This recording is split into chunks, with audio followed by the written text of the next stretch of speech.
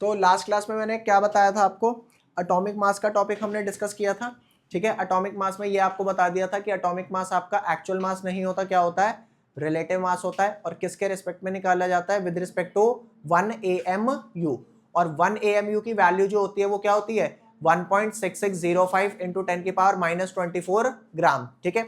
अब उसके बाद मैंने आपको ये बताया था कि 1 AMU वैल्यू हमने कैसे निकाली थी, हमने निकाली थी जो कार्बन 12 आइसोटोप था उसके एक एटम के मास का कितना पार्ट लिया था, 1/12 पार्ट लिया था, तो वो जो वैल्यू आई थी वो हमारी क्या थी, 1 AMU की वैल्यू। और एटॉमिक मास निकालने से हमारे को बेनिफिट क्या हुआ था कि अब मेरे को कभी भी किसी भी एलिमेंट का एक्चुअल मास निकालना होगा तो जो मैंने टेक्निक आपको बताई थी मास स्पेक्ट्रोमेट्री, अब मेरे को उसकी जरूरत नहीं है। मैं क्या करूंगा, उस एलिमेंट के एटॉमिक मास को किससे मल्टीप्लाई कर दूंगा, 1 AMU की वैल्यू से मल्टीप्लाई करूंगा, सो दैट मेरे को क्या मिल जाएगा, मेरे को मिल जाएगा उसका एक्चुअल मास। ये वाली बात आपको समझ आई कि नहीं आई। और एक बात और मैंने बताई थी, फिर से उसे डिस्कस कर लेते हैं, क्या कि जो एटॉमिक मास का जो नंबर आ रहा था आपका, जैसे मान लो लिथियम का 7 यूनिफाइड आ रहा था या 7 AMU आ रहा था, तो AMU हटा करके अगर मैं ग्राम पर मोल लिख दूंगा तो वो क्या हो जाएगा हमारा, उसका मोलर मास। ये वाली बात आपको क्लियर है बेटा। किसी को भी अगर इस वाली बात में कोई डाउट है तो अभी पूछ लो, क्योंकि इसके बिना आगे प्रोसीड नहीं हो पाएंगे। बता बेटा, कोई डाउट इसमें, कोई डाउट नहीं। तो अब आगे चलते हैं। जैसे कि लास्ट क्लास में हमने आपसे बात करी थी कि एटम का होता है एटॉमिक मास जो उसका एक्चुअल मास नहीं होता, उसके बाद मॉलिक्यूल, जब एटम कंबाइन होते हैं तो क्या बनाते हैं बेटा, एटम कंबाइन होते हैं तो मॉलिक्यूल बनाते हैं, और मॉलिक्यूल के मासेस को, जब मॉलिक्यूल में हर एटम के मास को प्लस करता हूं तो क्या निकल के आता है, उसका मॉलिक्यूलर मास। क्योंकि एटॉमिक मास की यूनिट आपकी क्या होती है, या तो AMU लगाओ, जैसे कार्बन का 12 AMU या 12U, both are same. Atomic mass unit को शॉर्ट फॉर्म में और छोटा करके सिर्फ U मतलब यूनिफाइड लिखते हैं, AMU is equal to unified. तो यहां पर ध्यान देना, कार्बन का 12 यूनिफाइड, हाइड्रोजन का 1 यूनिफाइड, नाइट्रोजन का 14, O का 16। तो अब कुल मिलाकर के मेरे को ना अलग अलग एलिमेंट के ये यूनिफाइड वाले मास पता है। अब अगर मान लो मेरे पास कोई मॉलिक्यूल बना एटम कंबाइन करके CH4, तो इसमें CH4 में जो जो एलिमेंट आ रहे हैं उनके इंडिविजुअल एटॉमिक मास प्लस करूंगा तो क्या आ जाएगा बेटा, मेरा मॉलिक्यूलर मास। और क्योंकि ये वाली बात हम पहले डिस्कस कर चुके हैं कि जो आपका एटॉमिक मास या जो आपका मॉलिक्यूलर मास होता है, अगर मैं उसमें AMU या U हटा करके ग्राम पर मोल लगा दूं तो उसे क्या बोलेंगे, उसको बोलेंगे मोलर मास। तो मेरे को बेनिफिट था कि जो एटॉमिक मास या जो मॉलिक्यूलर मास की यूनिट है एग्जैक्टली सेम वैल्यू मेरी क्या है, ग्राम पर मोल वाले मास की, मतलब मोलर मास है। Is that clear. तो यहां तक अगर आपको समझ में आया तो इसके आगे चलते हैं। इसके आगे कुछ क्वेश्चन से डिस्कस करवाऊंगा मैं आपको कि क्या क्वेश्चन इसके आते हैं। यहां तक क्लियर, क्वेश्चन पे आते हैं बेटा। कोई डाउट हो तो मेरे को बताना। मैं बार बार ये वाली बात रिपीट कर रहा हूं कि ये टॉपिक थोड़ा सा टिपिकल है, बट ऐसा नहीं है कि समझा नहीं जा सकता। Is that clear. चलते हैं बेटा आगे, यहां पर आ जा। ये रहा हमारे पास सबसे पहला क्वेश्चन, ये रहा क्वेश्चन। क्या लिखा है बेटा, क्वेश्चन आपके पास लिखा हुआ है calculate the number of atoms. क्या कैलकुलेट करने भैया, नंबर ऑफ एटम्स। जहां ना समझ में आए क्लियर कट रोक देना, मतलब गलती से भी ये मत सोचना कि भाई बोलू ना बोलू, कहीं चिल्लाएगा क्या अगर पूछूंगा तो, नहीं भाई मैं क्यों चिल्लाऊंगा। आप ध्यान देना, जहां ना समझ आए दोबारा कह रहा हूं रोक देना, सोचना नहीं, ठीक है बेटा। ये लिखा calculate the number of atoms, atoms निकालने हैं कितने हैं। कोई भी चीज एक दर्जन में कितनी होती है, 12। 2 दर्जन में कितनी होती है, 24। कैसे आया, 12 इंटू 2, तो जितने दर्जन है उतने से मल्टीप्लाई कर दो 12 को तो नंबर आ जाएगा। तो वैसे ही मैंने आपको क्या बताया था, मोल्स क्या होता है, 1 mole is equal to 6.022 into 10⁻23। और ये नंबर ही तो होता है, छोटा नंबर होता है बड़ा नंबर होता है, बहुत बड़ा नंबर, इतना बड़ा नंबर कि इतना तो मेरे को गिनती नहीं आती है, इतना बड़ा नंबर है। Is that clear. तो कोई चीज अगर 2 डजन है मतलब कितनी है, 2 इंटू 12 है, 24 है, बोलो भाई। तो कोई चीज अगर 2 मोल्स है मतलब कितनी है, 2 इंटू में एवोगैड्रो नंबर 3 मोल्स है, कितनी है, 3 इंटू एवोगैड्रो। तो भैया पढ़ो क्वेश्चन क्या लिखा है, क्वेश्चन लिखा है calculate the number of atoms in each of the following, 3 cases they रखे हैं। तो भैया समझना, अगर किसी चीज का आपको डायरेक्ट प्रोवाइड करा रखा है नंबर ऑफ मोल्स, क्या प्रोवाइड करा रखा है, एक बात बताओ, अगर मेरे पास 1 दर्जन आर्गन के एटम है, मतलब कितने आर्गन के एटम है? 12। कैसे पता लगा? 1 दर्जन में होते ही 12 है, और 2 दर्जन है तो 24 है। तो कुल मिला के 1 मोल में अगर आर्गन एटम एवोगैड्रो नंबर बराबर है तो 52 मोल्स में कितने होंगे? 52 इंटू एवोगैड्रो। और एवोगैड्रो को हम किससे शो करते थे? Na या फिर N0। ये आज ही की क्लास में हमने पढ़ा ना भाई। तो जल्दी बता मेरा आंसर क्या निकल के आया फर्स्ट पार्ट का? मेरे फर्स्ट पार्ट का आंसर निकल के आया मेरे भाई, अब भैया एक्चुअली में ना टॉपिक हो गया था पिछले ही क्लास में, आज हम कंटिन्यू कर रहे हैं। क्या कंटिन्यू कर रहे हैं? उसकी परफेक्ट अंडरस्टैंडिंग कि आज के बाद तू मेरे से पूछ लेना क्या होता है इसमें। तो यहां आ जा मेरे भाई, 52 मोल्स ऑफ आर्गन है, तो 52 मोल्स ऑफ आर्गन, और आर्गन तो अकेला ही एटम होता है, आर्गन कहां किसी से कंबाइन होता है? हीलियम, नियोन और आर्गन, ये किसी से कंबाइन नहीं होते। तो 52 मोल ऑफ आर्गन है, मतलब नंबर ऑफ आर्गन एटम कितने हो जाएंगे? 52 इंटू एवोगैड्रो। या तो बहुत शॉर्ट फॉर्म में लिखना है 52 Na लिख दे, और नहीं तो तूने क्या आना है भाई, मेरे को एग्जैक्टली वैल्यू चाहिए, तो ले 6.022 इंटू 10 की पावर 23 से मल्टीप्लाई करने का रे, क्या करने का रे? 23। इतने एटम्स बता होंगे कि नहीं होंगे? अब ये भी मल्टीप्लाई करके दूं क्या? बता हो जाएगा पक्का? अयान बेटा बता हो जाएगा? Yes sir. जैश?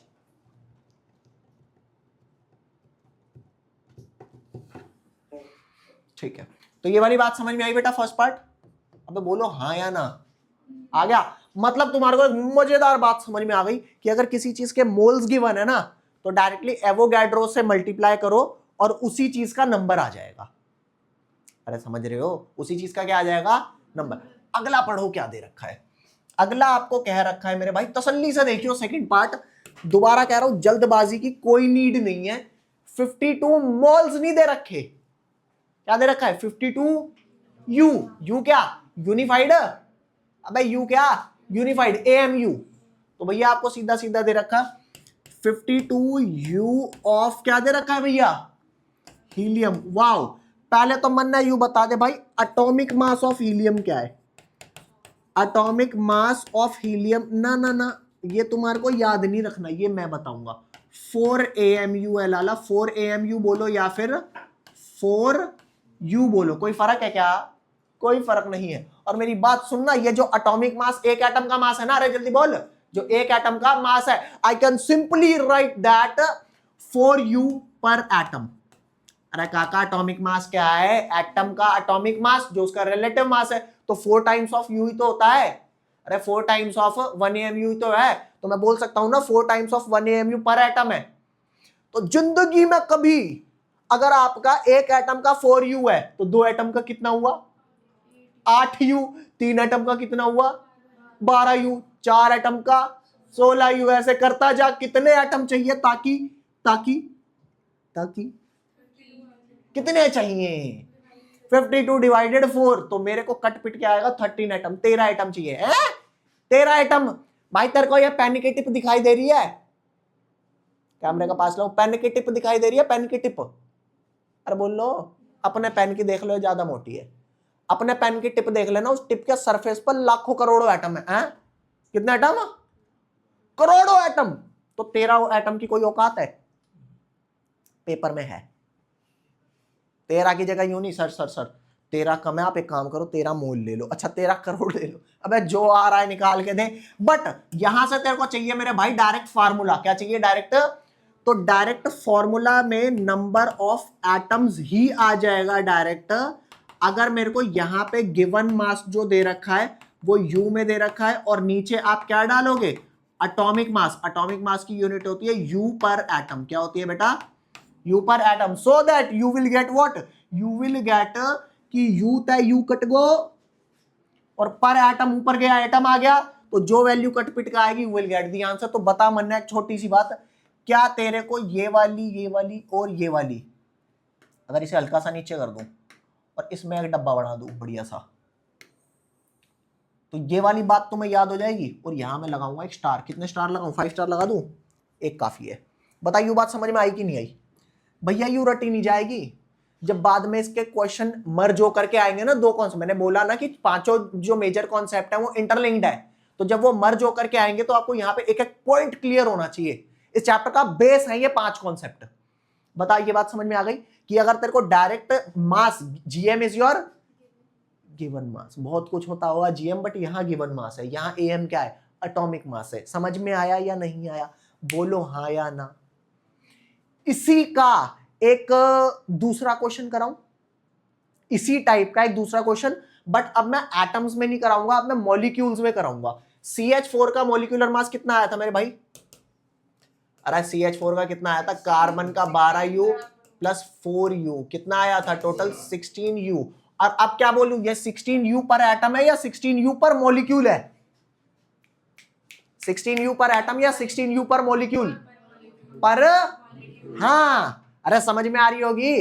जब एटम थे तो सुसरी के पर एटम बोल दिया, जब तुम मॉलिक्यूल हो तो बाहर जाके बोलना नहीं मैंने लिखवाया है पर मॉलिक्यूल, क्योंकि स्कूल में लिखवाएंगे नहीं ये सब, बट होता ये ऐसा ही है। चले आगे मेरे लाल। आजा। क्या करा? प्रथम अकेला नहीं रहेगा। नीचे भाई, नीचे भाई, नीचे। भैंस की पूंछ कर देगा मेरी। ले मेरे लाल, या ध्यान दे, मैं की बोलिया तो अनु, मैं तो अनु बोलिया कि CH4 का मॉलिक्यूलर मास लिख सकते हैं ना ऐसे। अब मान करके चल मेरे पास, मेरे पास क्या दिया उन्होंने? उन्होंने कहा है calculate number of H atom in 48U। U को U की तरह लिखते हैं, U ऑफ CH4। भैया क्वेश्चन क्या लिख के दिया इन्होंने? आपको क्या निकालना है मेरे भाई? आपको निकालना है calculate number of H atom निकालने हैं। H एटम निकालने कितने में? 48U of CH4। तो तुम कहोगे भाई ये जो CH4 है ये एटम है या मॉलिक्यूल है? मॉलिक्यूल है, मतलब डायरेक्ट नंबर ऑफ एटम नहीं आएगा। डायरेक्ट नंबर ऑफ एटम कब आता? जब आपको गिवन मास एटम का दिया होता, बट यहां पे किस चीज का गिवन मास दे रखा है? मॉलिक्यूल का। तो अभी डायरेक्ट नंबर ऑफ एटम ना आके क्या निकलेगा? यहां ध्यान देना मेरे लाल, यहां जब मैं सॉल्यूशन करूंगा तो क्या मिलेगा मेरे को? नंबर ऑफ मॉलिक्यूल्स मिलेंगे। क्या मिलेंगे मेरे भाई? Number of molecules. और वो किसके बराबर होंगे? Given mass in U divided by molecular mass in U पर, हाँ, U पर। अरे बोल लो भाई, मेरे को पता नहीं क्यों ऐसा लग रहा है कि यहाँ ना घिचपिच सी हो रही है, तो हम इसको यहाँ से उठाएंगे और यहाँ से ले चलेंगे। और कहाँ ले चलेंगे? हम ले चलेंगे अगले पेज पे। बस मुझे यही करने में मजा आता है इस पे। ये टेक्नोलॉजी तुम्हारे पास तो है नहीं अभी फिलहाल। अब बोल रहे ओए MM क्या है? कभी मोलर मास, कभी मॉलिक्यूलर मास, तेरा जो मन करता है वो लिख देता है। जो मन वो है, डिपेंडिंग अपॉन यूनिट्स, वो आपको समझना है। और यही चीज कंफ्यूज करती है, क्योंकि स्कूल में ऐसे नहीं बताएंगे। तो U पर मॉलिक्यूल होगा ना मेरे लाल, ठीक है? तो अभी बताओ, अभी मेरे को गिवन मास क्या दे रखा है इसका जो गिवन मास दे रखा है कितना दे रखा है? 48U। और होता कितना है CH4 मॉलिक्यूल का? 16U पर मॉलिक्यूल। तो यहां से जब आपका ये कटा पिटा, U से U गया और 16 से ये कटा 3, जल्दी बता क्या मिला मेरे को? Very good. Now you please tell me कि एक मॉलिक्यूल में CH4 कितने थे? 4। कहां गया? H एटम 4 थे ना, तो 3 मॉलिक्यूल में कितने होंगे? 12। तो आपको अब, जब आपको एटम की बात हो रही थी पहले, तो given mass bye atomic mass directly atom आया था। अरे आया था, कहां आया था? कर नहीं लोगे इसका आंसर? अरे बोल 13, अब लिखा नहीं ना मैंने। तो यहां ध्यान दे, क्या इसमें आप डायरेक्टली नंबर ऑफ एटम निकाल पाओगे? नहीं। अभी बात अगर मॉलिक्यूल में हुई है U की टर्म्स में, then you have to go for first finding the number of molecule, then in 1CH4 molecule कितने H एटम है?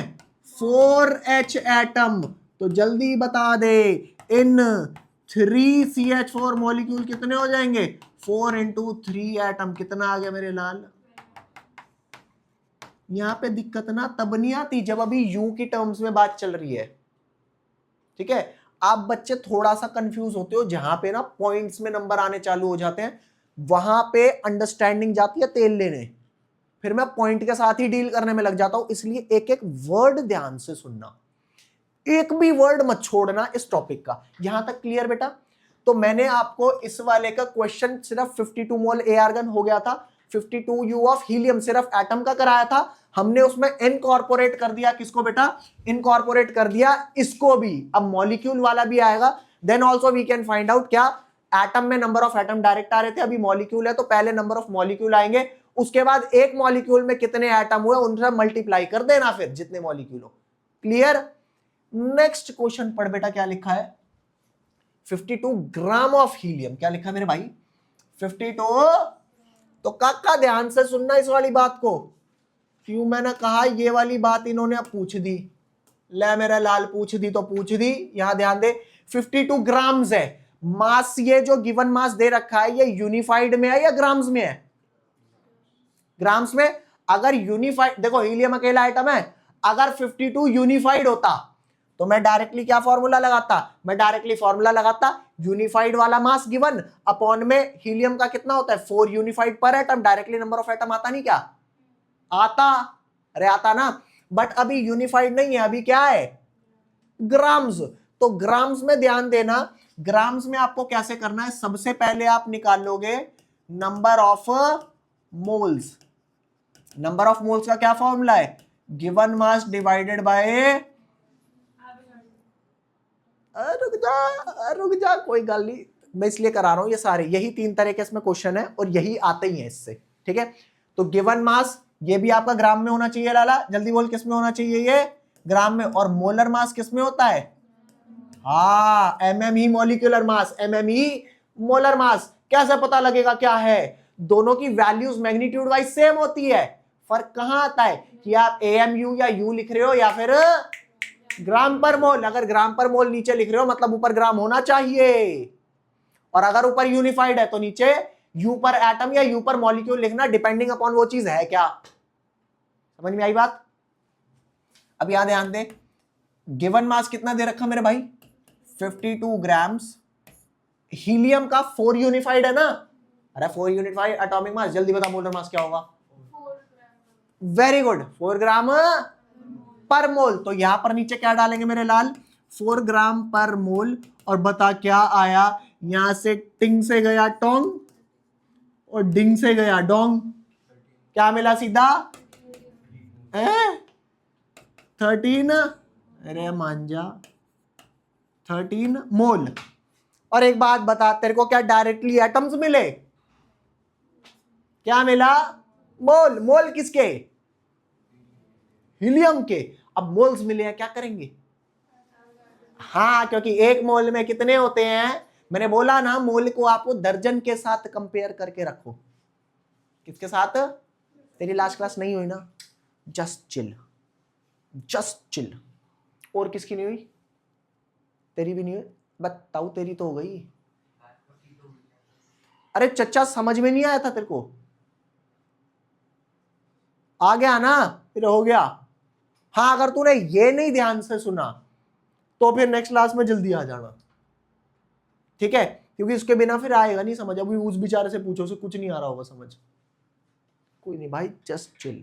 दोबारा कह रहा हूं चिल। अगर मैं कह रहा हूं मतलब सच में चिल। अगर मैं कह रहा हूं भाई टेंशन वाली बात है तो सच में टेंशन वाली बात है, क्योंकि मैं तुम्हारे साथ धोखाधड़ी नहीं करूंगा, समझ रहे हो भैया? पूरे साल नहीं करूंगा।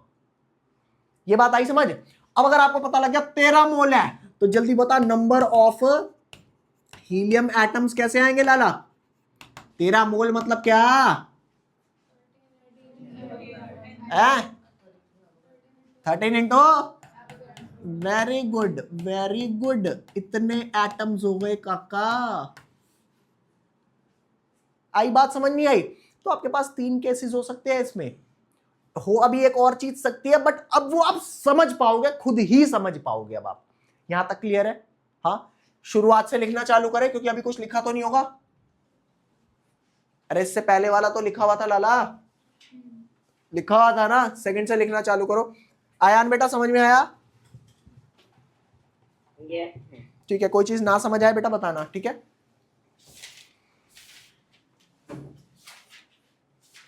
भैया जिनका पिछला ना हुआ वो कृपया करके टेंशन ना ले, ठीक है? अभी जब तक मैं कूद कूद के बैकअप दे रहा हूं ना, तब तक लेते रहो, ठीक है? बाद में रेगुलरिटी तो रखनी पड़ेगी।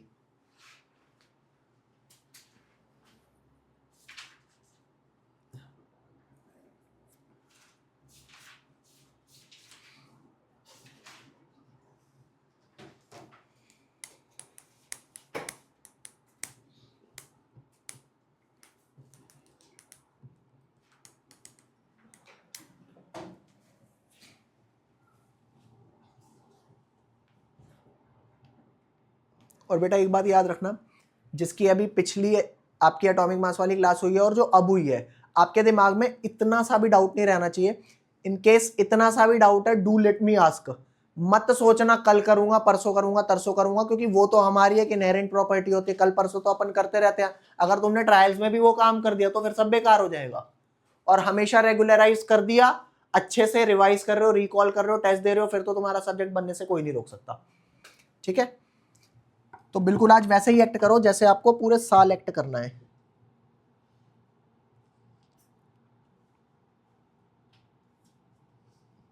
पूछ लेना यहां तक कोई भी डाउट आए आपको।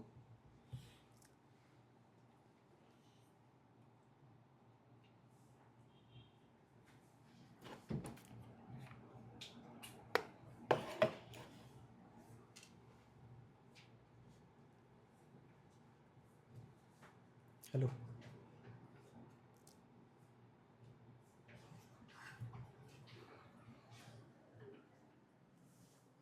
लिख लो तो बेटा बता देना सारे, एक बार हाजिरी लगा देना, लिख लिया। सेकंड में, सेकंड में ये वाला 52 यू ऑफ हीलियम है। हाँ तो 13 आएगा ना। मेरे से मिस्टेक हो गई, 52 यू है, हीलियम है 4 है। हाँ मिस्टेक हो गई भाई, कोई नहीं, कर दूं यहीं पे ठीक है? अरे यार ये तो गलत हो गया।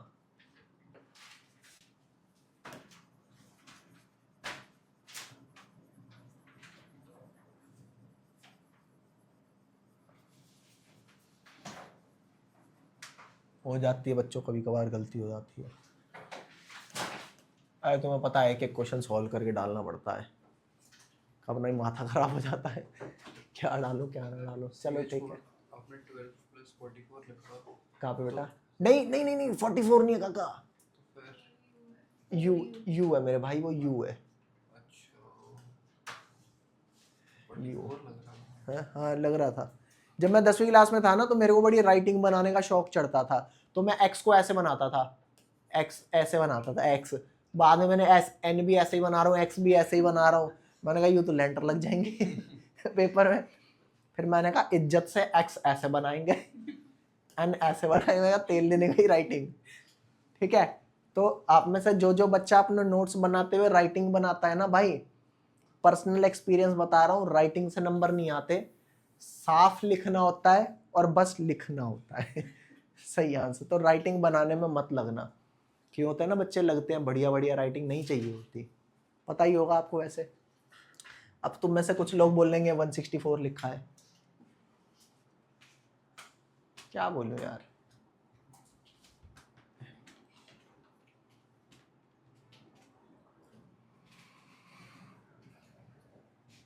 चले आगे, थोड़ा लिखने की स्पीड तेज रखना बेटा।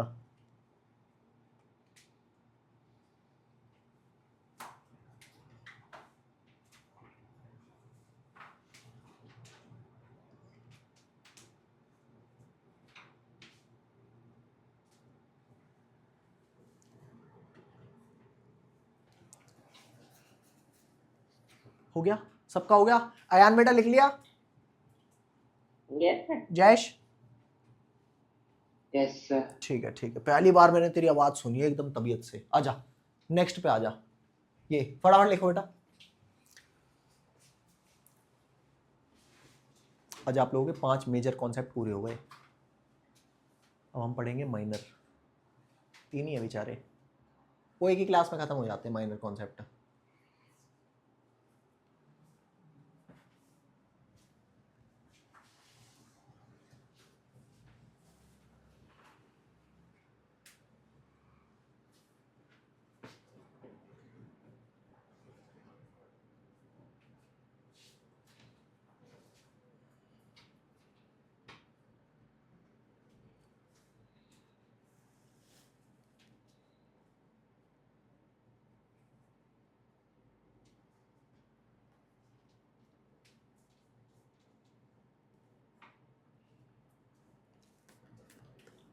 लिख लो तो बता देना भाई।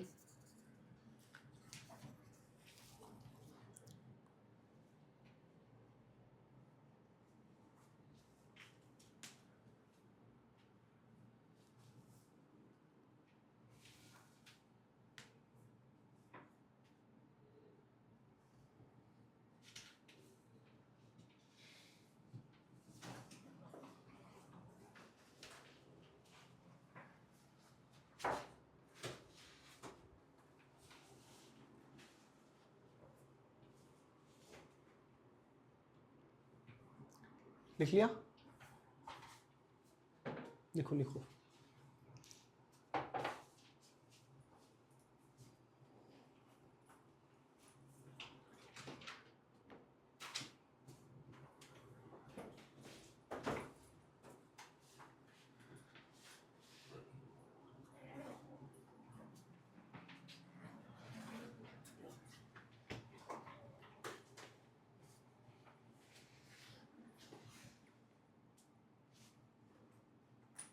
चले आओ नेक्स्ट, अगला।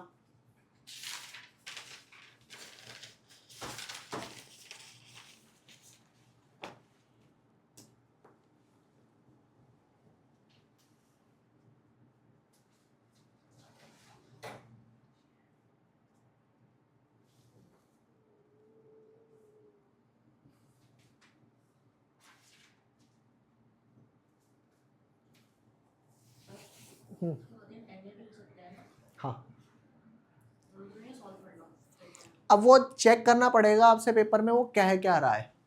ठीक है, जैसे फर्क समझ, कोई चीज बोलता है 2 दर्जन का मतलब अब तू 2 दर्जन भी समझ रहा है, अब तेरे को 2 × 12 करे तू 24 भी समझ रहा है, बट वैल्यूज में तो अलग अलग आंसर आ रहा है ना। तो अगर आपका ऑब्जेक्टिव टाइप क्वेश्चन है तो आप चेक करना उसमें आपको किस में रिप्रेजेंट कर रखा है। ठीक है, और अगर आपको ये सॉल्व करने के लिए आ रहा है तो यहां मत ही छोड़ना, फिर यहां ले आना। अगर उसने सच में आपसे बोला है कि मेरे को नंबर ऑफ एटम्स बताओ, फिर आप यहां पर ले आना। Got it? बात दोनों का मतलब सेम ही है। चले आगे। हाँ, इसको अले यार ऐसे क्वेश्चन मत पूछो। कर लेना, मतलब अभी बस ये बताओ प्रोसीजर क्लियर है कि नहीं है। कैलकुलेशन पार्ट में मान करके चल रहा हूं आप कर लोगे। हाँ एक बात और, किसी को कैलकुलेशन में दिक्कत आ रही हो भैया बता देना, मतलब मैं मान के चल लूंगा कि मेरे को 9वीं 10वीं के कुछ कुछ कॉन्सेप्ट आपको बताने पड़ेंगे, हिचकना नहीं बेटा उसमें। ठीक है, आप जिस भी लेवल पे जाके अपने डाउट पूछ सकते हो उस पे पूछना। एक दिन की जर्नी नहीं है, जर्नी है पूरे साल की। ठीक है, आगे आ जाओ बेटा, चले आगे। आओ अब इस टॉपिक पे आपको क्वेश्चन दिखाता हूं और आप बताना अब क्या करना है। ला भैया तसल्ली से देखियो इसका आंसर, तसल्ली से। पहले पढ़ेंगे क्वेश्चन, फिर पढ़ेंगे आंसर, नहीं फिर करेंगे सॉल्यूशन, फिर मैच करेंगे आंसर। भैया तब तसल्ली से पढ़। मैं तो छोटी सी चीज बताऊंगा बस कि भैया यहां लिखा ग्लूकोज, क्या लिखा मेरे लाल? ये लिखा ग्लूकोज। ग्लूकोज का जो मॉलिक्यूलर फॉर्मूला होता है वो होता है C6H12O6। और ताकि आप इसका मोलर मास निकालो, कार्बन का मास 12 बता रहा हूं, हाइड्रोजन का 1 बता रहा हूं, ऑक्सीजन का 6 बता नहीं नहीं नहीं नहीं नहीं, ये तो अच्छी बात नहीं है, 16 बता रहा हूं। आप इसे ट्राई करो फिलहाल, अभी अपने एंड पे ट्राई करो आप इसे, उसके बाद मैं करके दिखाता हूं क्वेश्चन कैसा है। स्टेप बाय स्टेप चलना, जल्दबाजी मत करना कि एकदम से करना है।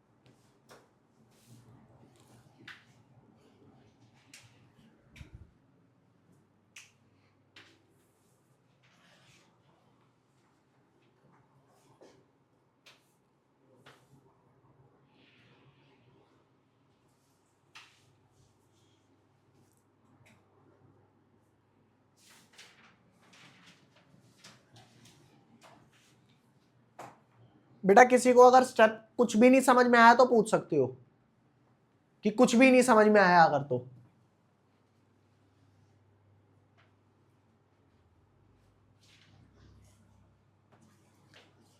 सबसे पहले मास बताना ग्राम्स में गिवन है या यूनिफाइड में गिवन है? ग्राम में। और क्योंकि ये मॉलिक्यूल है तो अगर यूनिफाइड में दिया होता तो डायरेक्ट में डिवाइड करके मॉलिक्यूलर मास से मॉलिक्यूल्स निकालता, फिर एक मॉलिक्यूल में कितने H एटम है उतने से मल्टीप्लाई करते, बट अभी यूनिफाइड में तो है नहीं। तो सबसे पहला स्टेप क्या होगा, क्या निकालना होगा बेटा? सबसे पहला स्टेप क्या होगा बेटा? नंबर ऑफ क्या निकालना? जब गिवन मास आपका ग्राम्स में होता है तो मोलर मास से डिवाइड करके सबसे पहले क्या निकालते हैं? Number of moles. तो आप सबसे पहले क्या निकालेंगे? Number of moles. और वो क्या आएगा? गिवन मास बाय, अब क्योंकि मोल्स निकालने हैं ना तो गिवन मास हमेशा ग्राम्स में होता है, 18 ग्राम डिवाइडेड बाय 180 ग्राम पर, मोलर मास की यूनिट ग्राम पर मोल होती है बेटा। जल्दी बता सॉल्व करके क्या आया? 1/10 ग्राम से ग्राम कैंसिल, मोल, इतने मोल्स आ गए, मतलब ये आ गया आपका 0.1 मोल। अब कोई भी चीज 0.1 मोल है मतलब उसका क्या है? ये मॉलिक्यूल्स है ना।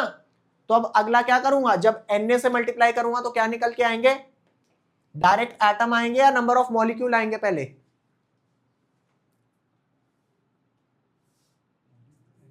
हाँ, मॉलिक्यूल्स आएंगे। क्यों मॉलिक्यूल्स आएंगे बेटा? क्योंकि अभी तो ये मोल आया है ना, तो मोल को जब Na से मल्टीप्लाई करते हैं तो नंबर आता है। अब अगर ये एटम होता तो directly number of atom answer होता, बट ये है क्या? मॉलिक्यूल। मॉलिक्यूल है ना ये, इंडिविजुअल। तो यहां पे मोल को आप Na से मल्टीप्लाई करोगे तो डायरेक्ट क्या आने वाला है? Number of molecules. कैसे आएगा बेटा? 0.1 मोल है और इंटू किससे करेंगे? एवोगैड्रो से। तो एवोगैड्रो से मल्टीप्लाई करेंगे 6.022 इंटू 10 की पावर 23, तो इतने मॉलिक्यूल्स हो गए। अब बेटा अगला स्टेप आप में से ही कोई बता दो, अब एक मॉलिक्यूल में कितने H एटम है? 12। तो इतने मॉलिक्यूल में कितने होंगे? इंटू 12। अगर O पूछता O कितने हैं तो क्या बोलते हैं? इंटू 6। C पूछता तो? समझ गए? ये वाला एक एस्पेक्ट मैंने पीछे 3 वाले में क्लियर नहीं किया था। Is that clear? तो अगले वाला क्या आ गया बेटा? तो नंबर ऑफ H एटम्स क्या आ गया बेटा? वो आ गया, एक में 12 थे तो इंटू दिस होल। अब ये पूरा कितना हो गया?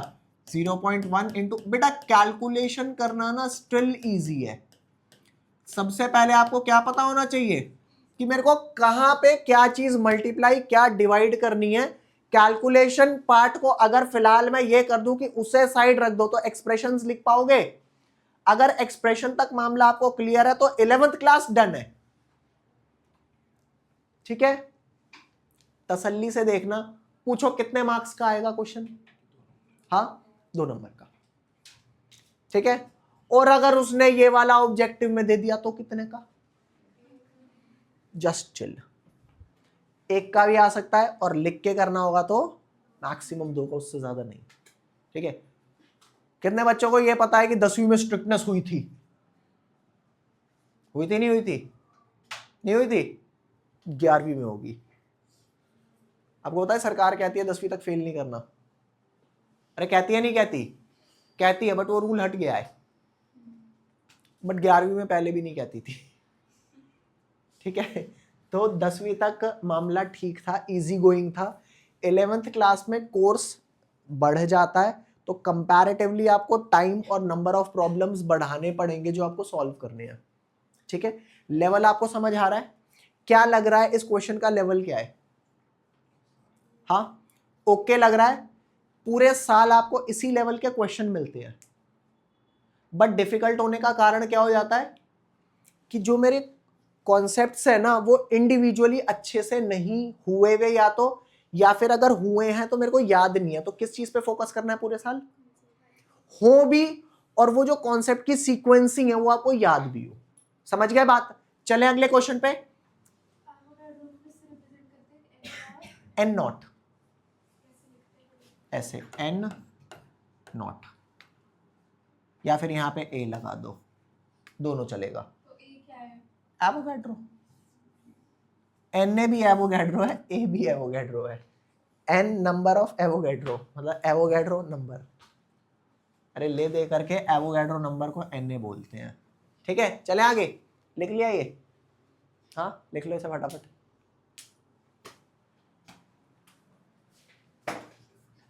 मजे की बात यह है आपके स्कूल में ये वाला टॉपिक डिस्कस नहीं करेंगे मगर पेपर में देंगे। ठीक है, करा है स्कूल में डिस्कस? कर लिया? सारा किया था? सारा? फिर तो बढ़िया स्कूल में यार तुम। चले अगले क्वेश्चन पे। मेरा भाई ध्यान से सुनियो, बहुत ध्यान से, जिसे कहते हैं भयंकर ध्यान से। क्या? भयंकर ध्यान से। ठीक है, क्वेश्चन करा रहा हूं आपका कौन सा? ये वाला। ऑल्दो ये टॉपिक कराया नहीं मैंने आपको। क्या नहीं कराया? ये टॉपिक कराया नहीं। इसे बोलते हैं एवरेज एटॉमिक मास। क्या बोलते हैं भैया? लेकिन मजे की बात यह है ये आपने 9th में एक बार करा हुआ है। ब्रोमीन का किया था, क्लोरीन का भी किया था, क्लोरीन का किया था। ठीक है, करा हुआ है ये आपने। अब इसका मतलब क्या होता है समझाता हूं आपको। पहले मतलब समझाता हूं। मान लो ये कौन है? ये मदर है। और मान लो ये कौन है? ग्रीन कलर के फादर है, मदर फादर है। दोनों से एक बेबी हुआ, इसको ब्लू कलर का बना देते हैं, ऐसा बना देते हैं। अब क्या ऐसा होता है सारे गुण बच्चे में मदर के होते हैं, सारे फादर के होते हैं? ऐसा होता है? नहीं। ठीक है, तो इसमें जो गुण आते हैं बेटा वो दोनों के मिक्स मैच आते हैं। यही आते हैं, कैरेक्टर्स आते हैं। अभी इस बात को समझो। मान करके चलो कि इसमें टोटल 400 गुण थे। भाई गण नहीं है, ये गुण है, गुण। 400 ट्रेट्स थे, उसमें कितने थे? 300 थे। अब बच्चे ने अगर एक्वायर किए, इनके किए 25% और इनके कितने किए? बेस्ड ऑन दिस कैटेगरी तो हम बोलते हैं कि बच्चा बाप पे गया या मदर पे गया, यही तो बोलते हैं ना। अब जो बच्चा फादर पे गया है वो ये नहीं है कि सारी चीजें उनके माँ का कुछ मैच ही नहीं कर रहा होगा, थोड़ा कम होगा। तो अब आप बताओ बच्चे में कितने गुण होंगे? कैसे पता लगेगा? 400 प्लस 300 700।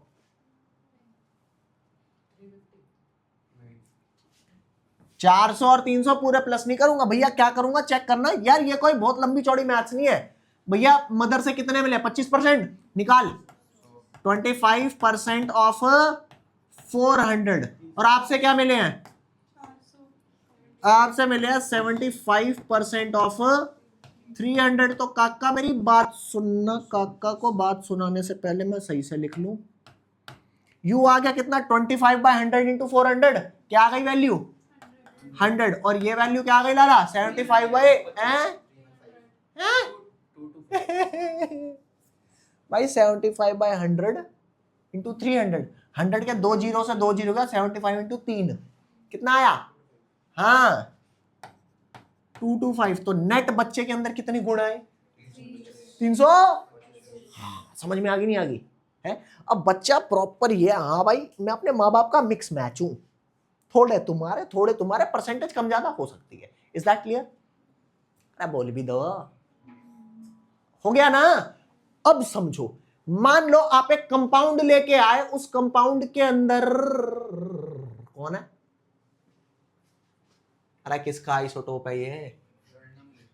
अच्छा रैंडम है। एक एग्जांपल ले लूं, मान लो ये ब्रोमीन है। अरे है नहीं, मान लो क्या है? तो जो ब्रोमीन में ब्रोमीन होता है, कितने बच्चों को आइसो बार पता है क्या होता है? The element having same mass number but different atomic number. But ये क्या है? आइसोटोप्स। आइसोटोप क्या होते हैं? Same atomic number but different. ठीक है, तो एवरेज एटॉमिक मास का ये कॉन्सेप्ट होता है कि मान लो आप ब्रोमीन लेके आए, तो जरूरी नहीं है कि उसमें सारे एक पर्टिकुलर आइसोटोप ही होगा। अगर ब्रोमीन का एक 79 है, एक 81 है, तो जरूरी नहीं है इसमें सारे ब्रोमीन 79 है या सारे ब्रोमीन 81 है। ऐसा नहीं होता, उनकी परसेंटेज होती है कि कौन सा ब्रोमीन कितने परसेंटेज है। समझ रहे हो?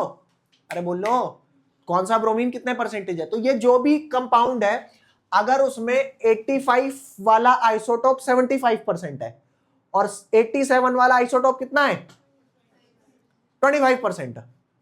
तो जो नेट रिलेटिव मास आएगा ना, नेट जो एवरेज एटॉमिक मास आएगा, वो भी वही कंट्रीब्यूशन होगा कि आपका इतना परसेंट ले रहे हो और आपका, अरे ये वाला कॉन्सेप्ट समझ आया नहीं आया कि भैया ये वैल्यू जो है ये डायरेक्ट इनका सम नहीं है, तो एवरेज एटॉमिक मास डायरेक्ट इनका सम नहीं होगा। अगर 75% ये है और 25% ये है तो लेना उनका। तो जल्दी बता एवरेज एटॉमिक मास का कॉन्सेप्ट क्या होगा लाला, यहां ध्यान दे भाई। एवरेज एटॉमिक मास का क्या कॉन्सेप्ट हो गया, इसका कॉन्सेप्ट हो गया, अच्छा इनको पता है क्या बोलते हैं, इनको बोलते हैं अबंडेंस, कि जो भी आप ब्रोमीन लाए हो उसमें ब्रोमीन अगर जो भी एलिमेंट है उसके 87 आइसोटोप की कितनी अबंडेंस है। अरे बोलो इंसान अच्छा या बुरा होता है या अच्छा और बुरा होता है, अच्छा, हाँ डिपेंडिंग अपॉन, ज्यादा अच्छा है तो अच्छा बोल देते हैं, ज्यादा बुरा है तो, वरना बुरे में भी अच्छाई होती है और अच्छे में भी, अच्छा मैं तो पढ़ने आया था यहाँ पे, कोई नहीं भाई कोई नहीं। तो पूरा जो ब्रोमीन कंपाउंड लाए उसमें 85 वाला इतना होगा, तो 75% उसका मास ये दे रहे होंगे ना, और 25% मास उसका ये दे रहे होंगे, तो निकालना है एवरेज। तो यहाँ पे आ जाएगा जो आइसोटोप का मास है 85 और उतना उसका परसेंटेज, तो ये आ जाएगा 75% ऑफ 85 प्लस 25% ऑफ 87। अरे आ जाएगा, सॉल्व करना, सॉल्व करके बेटा वैल्यूज तो आप निकाल लोगे। 75 बाय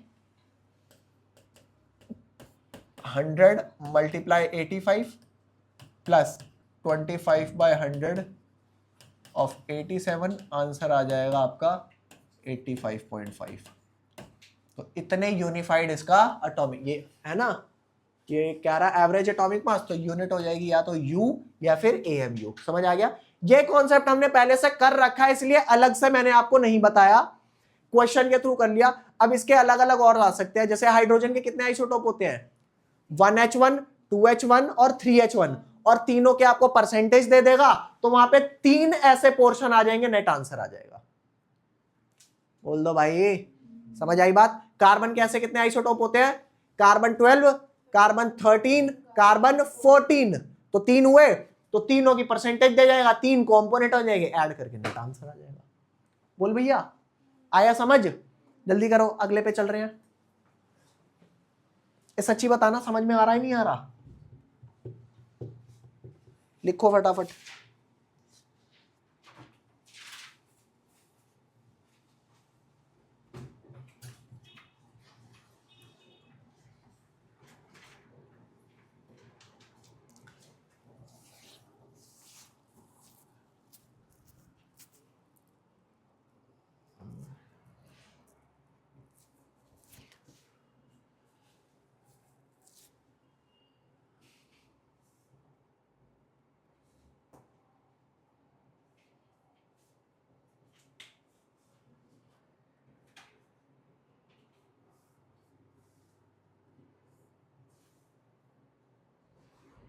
ओ भाई वो फादर मदर मत बना के आ जाना, उसे साइड कर देना, तुम ये बनाओ सिर्फ, ठीक है भाई, वो मैं पढ़ा ही नहीं रहा। चला आगे,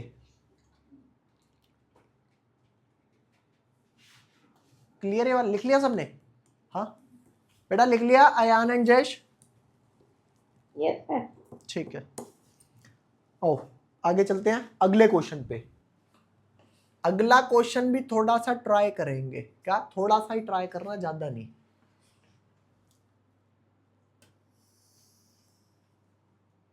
ला भाई बस देखेंगे क्या है ये, एक बार देखेंगे और समझेंगे। क्या कह रहा है, P and Q are 2 element, P और Q 2 एलिमेंट होते हैं, और कई बार 2 एलिमेंट मिलके ऐसा नहीं होता सिर्फ एक ही कंपाउंड बनाते हैं, एक से ज्यादा बनाते हैं। जैसे C प्लस O मिलके एक तो CO बनाता है, और एक C प्लस O मिलके CO2 बनाता है, और C और O मिलके CO3 2 माइनस, मतलब कार्बोनेट भी तो बनाता है। तो अलग अलग कार्बन और ऑक्सीजन हो रहे हैं ना साथ में, तो कह रहा है P और Q 2 एलिमेंट है अलग अलग, वो बना क्या रहे हैं, एक बना रहा है भैया P2Q3, एक बना रहा है PQ2।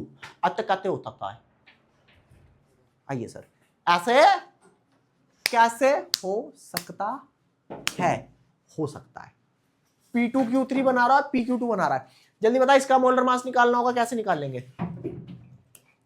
इसका मोलर मास निकालना होगा, कैसे निकालोगे? अब पी का कुछ एटॉमिक मास होगा, क्यू का कुछ एटॉमिक मास होगा, तो 2 पी का ले लोगे और 3 क्यू का ले ऐड कर दोगे, आ जाएगा मोलर मास। और जो वैल्यू आपकी मोलर मास होगी वही वैल्यू उसकी मॉलिक्यूलर मास की होगी। अरे बोलो भाई ठीक है, बस ग्राम पर मोल की जगह यू लगा देंगे। PQ2 का कैसे निकालेंगे? एक पी का और 2 क्यू का, ठीक है भैया। अब वो ये नहीं कह रहा इनका मोलर मास क्या है, अब वो ये ना कह रहा इनका मोलर मास क्या है, उसने ये बताया उनके 0.15 मोल ऑफ P2Q3 इतना वे कर रहा है और 0.15 मोल ऑफ PQ2 इतना वे कर रहा है। क्या रहा है अब बताओ, एटॉमिक मास इनके इंडिविजुअल क्या क्या होंगे? अरे पी और क्यू का तो मुझे पता ही नहीं ना, तो भैया तसल्ली से ध्यान दियो। तेरे को ये वाला फार्मूला याद है? कौन सा? ये वाला देखिए, number of mole is equal to given mass by molar mass. बोल हाँ या ना है? तो आपको अगर गिवन मास को मोलर मास से डिवाइड करें तो नंबर ऑफ मोल आ जाएगा। तो चचा यहां ध्यान देना, यहां ध्यान देना मेरे लाल, P2Q3 के बारे में सोचते हैं और P2Q3 का 0.15 मोल मोलर मास तो पता नहीं P2Q3 का। अगर given mass by molar mass divide करता तो ये आता ना, गिवन मास कितना है? 15.9 ही तो है।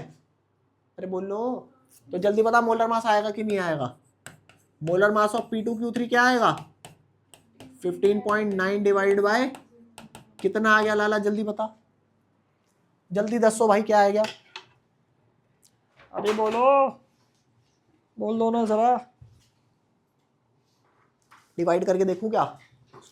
15.9 डिवाइडेड 0.15 भाई 106 आ गया। हाँ हाँ बिल्कुल, मैं गलत कहाँ कह रहा हूँ, 106 आ गया। तो क्योंकि ग्राम में था तो ये, अब क्योंकि ये 1 मोल का आया ना तो ग्राम पर मोल लिखना कोई बुरी बात तो होगी नहीं। अब ऐसे ही करके PQ2 का निकाल सकते हैं। PQ2 किसका? PQ2 क्या आ जाएगा इसका? गिवन मास नहीं, number of mole is equal to given mass कितना है? 9.3 divided molar mass of PQ2। तो PQ2 का मोलर मास कितना आ गया? कितना आ गया भाई? मान लू सही कह रहा है, कर ही लेता हूं, ट्रस्ट इश्यूज भाई बिल्कुल। ला भाई क्या है जल्दी बोलियो? 9.3 डिवाइडेड 0.15 सही कह रहा भाई, ठीक है भैया। अरे बोलो, अब अगला क्या करोगे? अगला अगला स्टेप तुम बताओ, 10वीं कक्षा पढ़ के आए हो यार। है किससे? या अल्लाह कुछ मेरे भाई टाइम पास करना था, कुछ भी कर लो। टाइम पास नहीं, वैसे बात तो सत्य कह रहा है, करने हम यहाँ पे टाइम पास ही आए हैं क्योंकि फाइनल जर्नी तो हमारी वही है, ठीक है। लेकिन लेकिन लेकिन भाई ध्यान दे, आपने चैप्टर पढ़ा है pair of linear equation in 2 variable. तो P का मास मान ले X, Q का मान ले, हो गया। तो ले भैया यहाँ पे लिख देना, अंग्रेजी में लिख देना, P का मास मान लो X और Q का मान लो, तो P2Q3 क्या हो गया? 2X plus 3Y is equal to 106। और अगला क्या हो गया? X प्लस, मेरा भाई अच्छे से बना देते हैं, X plus 2Y is equal to 62। अब तो हो जाएगा, सिंपल है, नहीं है ना मुश्किल। अरे बोलो भाई, तू टेंशन नहीं लेना, तू सिर्फ टेंशन देना आधे आधे घंटे लेट आके, मैं टेंशन में आ जाऊंगा, फिर कराना पड़ेगा, ठीक है।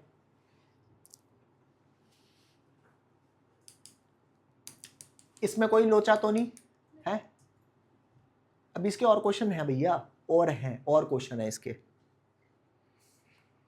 बट फिर भी वो जो 5 मेजर कॉन्सेप्ट थे उसके मेरे को लगता है सबके हमने एक एक क्वेश्चन तो देखे ही हैं, एक एक दो क्वेश्चन हमने सबके देखे हैं। अब मेजर टॉपिक पूरे हो गए।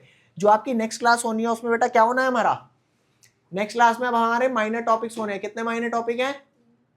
3 माइनर टॉपिक है, ठीक है। वो 3, अरे बंद क्यों कर रहा है, क्या कह रहा है? मेरे तो तब से जाने का मन कर रहा है। कोई नहीं भाई, मैं तेरे हालात समझ सकता हूँ कि तू आज परेशान है बहुत। 1 घंटे पहले आता है ना तो मस्त खुश रहता है एकदम से।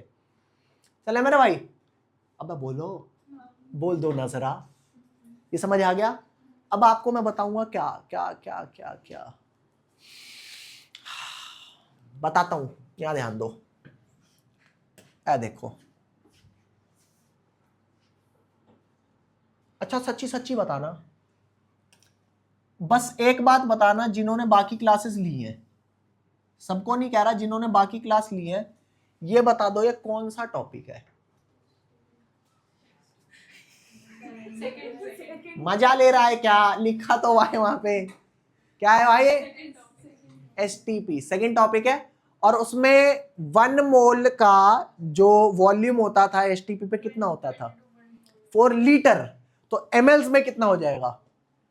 222400, 1000 से मल्टीप्लाई करेंगे ना तो 22,400 ml हो गया। अब भैया जिनके पिछले टॉपिक नहीं हुआ तुम जस्ट चिल, अब मैं पिछले वालों से थोड़ी बात कर रहा हूं। तो अगर आपको इतने ml का मास गिवन है तो 1 ml का निकाल लोगे, और वंस 1 ml का आया तो किससे मल्टीप्लाई कर दोगे? 22,400 से, तो वो 1 मोल का हो गया ना। तो भैया ये क्वेश्चन है आपका होमवर्क, ठीक है मेरा भाई? अब होम डक नहीं है, होमवर्क है, ठीक है? ये आप करके लाना। हम मिलेंगे नेक्स्ट क्लास में, जिसके भाई पिछले टॉपिक नहीं हुए वे, अगर स्कूल नहीं चल रहे तो 3:30 आ जाना, स्कूल चल रहे हो तो 3:45 आना, और ज्यादा चल रहे हो तो 4 आ जाना, ठीक है? और उससे भी ज्यादा चल रहे हो तो 4:30 आना, क्योंकि टॉपिक नया है, ठीक है? मतलब नया तो आएगा ही, फिर बैकअप नहीं हो पाएगा, ठीक है? मिलते हैं बेटा नेक्स्ट क्लास में। अच्छा मैंने जल्दी छोड़ दिया आज।